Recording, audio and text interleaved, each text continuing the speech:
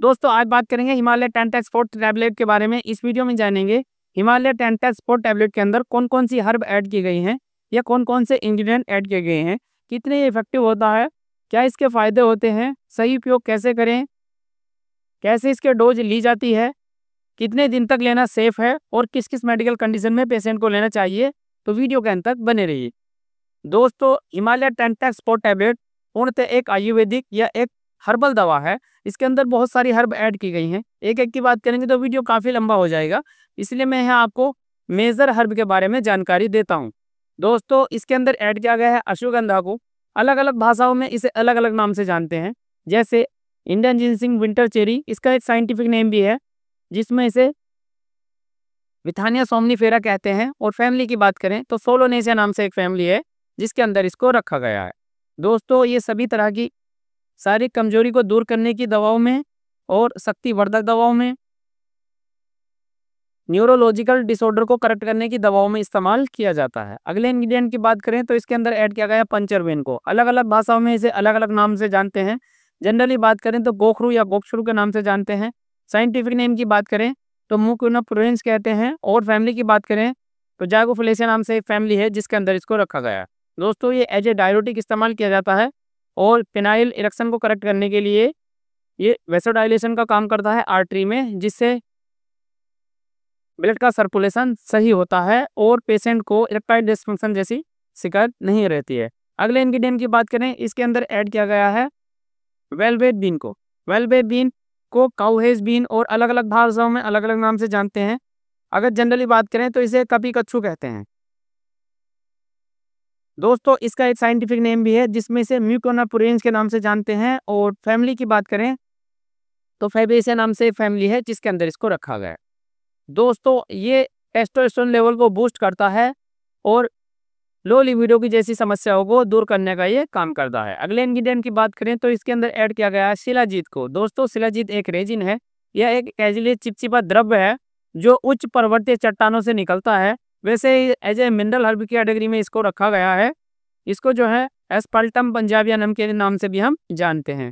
दोस्तों ये सभी तरह की शक्तिवर्धक दवाओं में और उन्माद जैसी समस्याओं को दूर करने वाली दवाओं में इस्तेमाल किया जाता है। दोस्तों ये थे इसके कुछ मेजर इंग्रेडिएंट। चलिए अब बात कर लेते हैं इसके जो है सही डोज की। दोस्तों वैसे तो पेशेंट टू पेशेंट वेरी करता है और सीवियरिटी पे भी वेरी करता है कि इसका जो है कितना वजन है, कौन सी बीमारी है और क्या डोज इसको लगनी चाहिए। लेकिन इन जनरल की बात करें तो एक व्यक्ति जिसका वजन 40 किलो से 60 किलो के आसपास है उसको 2 टैबलेट रात को सोते टाइम गुनगुने दूध से लेने की सलाह दी जाती है। ये दूध अगर गाय का हो तो इसको जो है प्योर फॉर्म में इस्तेमाल किया जाता है, और भैंस का दूध है तो उसको आधा पानी मिला के गर्म करके जब वो गुनगुना रह जाए तब उसका इस्तेमाल किया जाता है।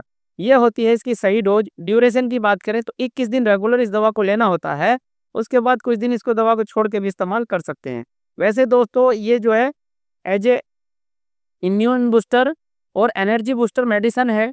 इसका ज़रूरी नहीं है कि आप इसको एज ए मेडिसिन के रूप में इस्तेमाल करें। ये न्यूट्रास्यूटिकल प्रोडक्टों की कैटेगरी में भी आता है और एज ए हेल्थ ब्रोनिक भी इसका इस्तेमाल कर सकते हैं। बहुत ही अच्छी दवा है, बहुत अच्छे से काम करती है, लेकिन जानकारी के अभाव में लोग इसको जो है शारीरिक समस्या से ही जोड़ते हैं और किसी बीमारी में देना अच्छा नहीं समझते हैं। चलिए दोस्तों अब जान लेते हैं इसके यूजेज की। वैसे तो बहुत सारे यूज हैं इसके, मैं आपको मोटा मोटी यूजेज बता देता हूँ जिससे वीडियो लंबी ना हो, आपका समय बचे। दोस्तों सभी तरह के जो है इरेक्टाइल डिसफंक्शन वाले ईडी के जैसे भी रोग हैं उनमें सब में दिया जाता है, चाहे वो किसी भी कारण से हो रहा हो या फिर किसी को अगर सिर चकराने जैसी शिकायत है, किसी को जो है चक्कर आते हैं, सीजर्स आते हैं या कोई न्यूरोलॉजिकल डिसऑर्डर है, तो उसमें भी मानसिक तनाव को या मानसिक बीमारियों को कम करने के लिए इस दवा का उपयोग किया जाता है। दोस्तों हड्डी चट की आवाज़ आती है, बॉडी के अंदर ऐसा लग रहा है कि जैसे कि बिल्कुल जान नहीं बची है, या बहुत सारे जो है सप्लीमेंट लेने के बावजूद भी जो है शरीर की कमजोरी दूर नहीं हो रही है, तब इस दवा का इस्तेमाल किया जाता है। जैसे लंबे टाइम से किसी को बुखार है या कोई ऐसे बड़ी किसी सर्जरी से गुजरा है पेशेंट, तो उसके शरीर में जो है काफ़ी कमजोरी आ गई है, तो इस दवा का इस्तेमाल किया जाता है। बहुत अच्छे रिजल्ट मिलते हैं और कुछ दिनों में ही पेशेंट हल्का फुल्का महसूस करता है। दोस्तों, रिप्रोडक्टिव सिस्टम के जितने भी रोग होते हैं पुरुषों के, उन सभी में इसका इस्तेमाल किया जाता है। जैसे कि अगर किसी को इरेक्शन नहीं आते हैं या तनाव कम महसूस करता है कोई पेशेंट, या फिर उसको जो है मानसिक कोई समस्या हो जाती है, जैसे ही वो संबंध बनाने की कोशिश करता है, या फिर स्पर्म काउंट बिल्कुल लो है, स्पर्म की क्वालिटी बढ़िया नहीं है या क्वांटिटी ठीक नहीं है, उसको जो है इच्छा ही नहीं होती है या जल्दी डिस्चार्ज कर जाता है, इस बहुत सारी ऐसी समस्याओं को, जो रिप्रोडक्टिव सिस्टम से रिलेटेड समस्याएं हैं, उन सबको ये करेक्ट करता है। और यूरिनरी ट्रैक्ट के जितने भी रोग होते हैं उनमें सब में ये हेल्पफुल होता है। जैसे कि अगर किसी को भी पथरी जैसी समस्या रही है गुर्दे में, या कोई ऑपरेशन वगैरह कराया था उसने, जिससे जो है प्रॉपर फंक्शनिंग गुर्दों की नहीं हो रही है, तब इसको जो है किडनी की सभी समस्याओं में देना उचित समझा जाता है। अच्छे रिजल्ट पेशेंट को देखने को मिलते हैं। दोस्तों, ये हमारे पेशाब को जो है अच्छे से फिल्टर कराता है किडनी से, और जिससे बॉडी के बहुत सारे टॉक्सिन्स बाहर आ जाते हैं, और किडनी भी जो है अच्छे से काम करती है, यूरिन का फॉर्मेशन सही होता है, ब्लड जो है फिल्टर होता है। इस तरह से जो है ये हमारे शरीर में काम करती है। दोस्तों, कुछ सावधानी बरतनी चाहिए जब हम इसका इस्तेमाल करें। अगर हम कोई भी ऐसी चीज़ ले रहे हैं जो हमारी बॉडी के एलर्जिक है, तब इस दवा का सेवन उस चीज़ के साथ ना करें, उस फूड सब्सटेंस के साथ ना करें जिससे हम एलर्जिक हैं। जैसे कि ज़्यादातर बैंगन से, अंडे से या सी फूड से कुछ पेशेंटों को जो है एलर्जी होती है, या कुछ व्यक्तियों को एलर्जी होती है, और एलर्जी इतनी बढ़ जाती है कि उसको जो है कुछ ऐसी कॉम्प्लिकेटेड मेडिसिन भी लेनी पड़ जाती हैं जिसको वो सोचता भी नहीं है। तो ऐसी स्थिति में इस दवा को ना लें, पहले आप जो है वो ट्रीटमेंट कंप्लीट करा लें, उसके बाद इस दवा का सेवन करें। कभी भी इस दवा को किसी और दवा के साथ उपयोग नहीं करना चाहिए। हो सकता है ये दवा उससे कोई रिएक्ट कर जाए और कोई नई समस्या खड़ी हो जाए। दोस्तों, वैसे एक ये आयुर्वेदिक दवा है, ये पूर्णतः सत्य है कि आयुर्वेदिक दवाओं के साइड इफेक्ट बहुत कम होते हैं।